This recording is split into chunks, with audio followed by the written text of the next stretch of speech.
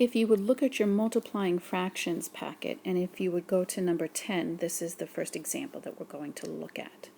Okay, so when we multiply fractions, if you look at the top of your packet, it says to factor first. So what I'm going to do is I tend to make like a little blank template, because I have two fractions that are being multiplied together like that. And then I fill in the blanks with factoring each section. So the first section I'm going to look at is the 4x plus 8. So I notice that they both have a factor of 4. So I'm going to take that 4 out, and I will end up with x plus 2. I'm going to go to the denominator that's below that, which is x squared minus 4. I know that's the difference of two perfect squares, so I'm going to factor that. So x minus 2 and x plus 2. Okay, now I'm going to go to the next fraction, and I'm going to look at the numerator of that. I see that it's a trinomial. I see that it's a quadratic. So I'm going to open two sets of parentheses, and I'm going to figure out what adds to a positive 3 and multiplies to a negative 10. So that would be x plus 5 and x minus 2. The positive 5 and the negative 2, that adds to positive 3. And the positive 5, by times the negative 2 will give me negative 10. Right, then I look at the 2x plus 10, which is the denominator below this, and I see that they have a common factor of 2. So I'm going to take a 2 out, and I'll be left with x plus 5. So the first step is completed, factor first. If you look at the second step, it says to cancel out any like terms. So when we cancel out any like terms, I'm going to cancel out anything in the numerator with anything in the denominator. Now, it doesn't matter which way we go as long as it's a numerator with a denominator. So for example, I see an x plus 2 here, and I see an x plus 2 below that. Since that's a numerator with a denominator, we can cancel that out. That's kind of like it becomes 1 over 1. Now I see an x minus 2 in this denominator here on the bottom left, and an x minus 2 over there on the top right. Because it's a numerator with a denominator, that's okay. That's canceling out, and that's technically becoming 1 over 1. I'm going to keep going. I see an x plus 5 in this numerator and an x plus 5 in that denominator. And you can see that I'm not really left with a whole lot more except the 4 in the numerator and the 2 in the denominator. Well, those have a common factor as well. I can divide this 2 by 2 and I end up with 1.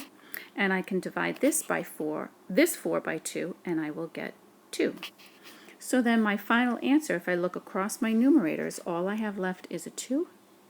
And if I look across my denominators, all I have left is a 1. So then my final answer for number 10 is 2. All right, so let's look at number 14. We're going to do the same thing that we did with number 10 in number 14. There's a few differences. First of all, if I look in this top left-hand corner here, I have something that's a little bit trickier because my lead coefficient is not a 1, it's a 2. So we are going to do a little factor by grouping. So I'm going to rewrite this over here off to the side. And remember, I'm going to kind of do like the little rainbow, and I'm going to say what multiplies to 6, because I am multiplying this 2 times this 3. And in the process, it has to multiply to 6, but it's got to add, that's an A for add, to negative 7. So when I think about that, what I'm going to do is I drop the first term down and I say, oh, a negative 6x and a negative 1x, that multiplies. The negative 6 and the negative 1 multiply to a positive 6, and they do add to a negative 7. And then remember, I drop down that last term as well. Okay. From here, I'm going to factor by grouping. So in my first group, I can take out a 2 and an x, and I'm left with x minus 3. And in my second group here, I'm going to take out a negative 1, and I'm left with x minus 3.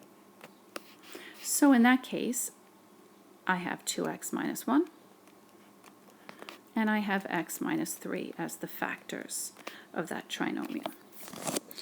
Alrighty, so No, that's going to get a little confusing looking, so let's just kind of divide it a little bit. So I'm going to rewrite, like I did with number 10, like a little blank template. Notice that I changed the division to multiplication. So when that happens, if you look at your packet and you look at the dividing fractions at the top of your page, okay, again we're on number 14, it says keep, change, flip. So it says to keep the first fraction. So in other words, I'm going to keep the numerator as the numerator, and I'm going to keep the denominator as the denominator. I'm not going to do anything with it. The only thing that I'm doing is I'm factoring. So we're going to take what we have right here, and that is the numerator factored. So I'm going to write 2x minus 1, and then x minus 3. Okay, now let's look at the denominator. Now if we look at the denominator of that fraction, that's right here, we can see that it's a quantity squared. Another way we can write that is just to write that twice. X minus 3 times x minus 3. Okay? All right, now, so if you look again at your rules here, your steps, it says keep, change, flip. So it says keep the first fraction and read. It says change division to multiplication, which is what I did. Okay, so my division sign is no longer a division sign, it's a multiplication. Then it says flip the second fraction. All right, so if we look at this, our second fraction is this fraction, whoopsie, is this fraction right here. I'm going to flip that. Now when I do that, I'm going to factor at the same time. So my denominator is 2x plus 1. I'm going to make it my numerator. Because I'm flipping it. And then that 4x squared minus 1 is going to become the denominator, so I'm going to flip it.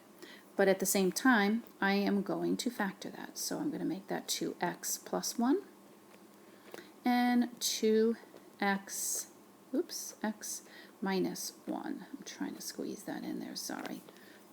Because that's the difference of two perfect squares. All right. So once we have factored, which we did, we're going to cancel out any like terms just like we did in number 10. Remember the rule. Any numerator with any denominator is fair game.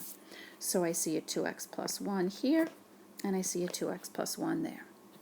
I see a 2x minus 1, and I see a 2x minus 1. I see an x minus 3, and I see an x minus 3. Okay, so look at the numerators. There's nothing left.